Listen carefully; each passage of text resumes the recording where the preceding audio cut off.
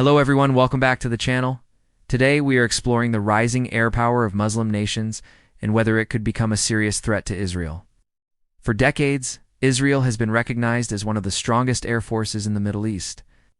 With advanced technology, unmatched intelligence networks, and a close defense partnership with the United States, but the story is no longer one-sided. Over the years, Muslim countries like Turkey, Pakistan, Saudi Arabia, Egypt, Iran, and the United Arab Emirates have been building impressive aerial capabilities of their own. This growing modernization has sparked debates on whether, collectively or individually, these countries could challenge Israel in the skies.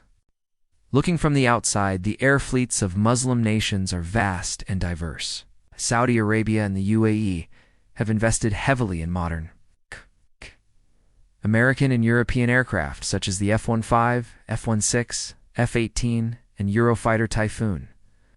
Turkey continues to expand its arsenal with upgraded F-16s, while also developing its indigenous fighter, the KAAN, expected to rival Western aircraft in the future. Pakistan operates both U.S.-supplied F-16s and its own co-produced JF-17 Thunder with China, giving it an affordable but efficient air fleet. Iran, while limited by sanctions, still maintains large numbers of jets and strengthens its aerial presence with drones and missile programs. Egypt, too, has a sizable fleet of F-16s, French Rafales, and Russian MiG-29s. Altogether, the exterior of Muslim nations' air strength looks very powerful when compared to Israel's smaller fleet. From the inside, however, the story becomes more complex. Israel operates under a centralized and well-coordinated command structure with standardized aircraft and integrated systems. In contrast, Muslim nations often lack unity, coordination, and interoperability. Each country has different suppliers, training standards, and political priorities, which makes it difficult for them to operate as a single united front. Turkey is aligned with NATO standards, Saudi Arabia depends on Western support, Pakistan balances between US and Chinese technology, and Iran follows its own path of self-reliance. These divisions weaken the overall strength that could otherwise exist if they were fully coordinated. In terms of performance, Israel maintains a significant advantage. The introduction of the F-35 stealth fighter, advanced drones, precision-guided munitions, allows Israel to dominate aerial combat and long-range strikes. Israeli pilots are some of the most experienced in the world, with countless real combat missions. By comparison, Muslim nations possess modern jets with excellent performance capabilities, but many of these aircraft have not been battle-tested in high-intensity conflicts against equally advanced enemies. Pakistan has shown strong skills in limited engagements, and Turkey has conducted multiple air operations with success. But the overall combat experience still tilts in Israel's favor. Safety is another major difference. Israel is protected by one of the world's most advanced multi-layered air defense systems, including Iron Dome, David's Sling, and the Arrow system, which together create a nearly impenetrable shield. Muslim nations also have air defense systems, such as Saudi Arabia's Patriot batteries, Turkey's Russian-made S-400, and Iran's locally developed Bavarth 373, but they do not offer the same level of integration and reliability.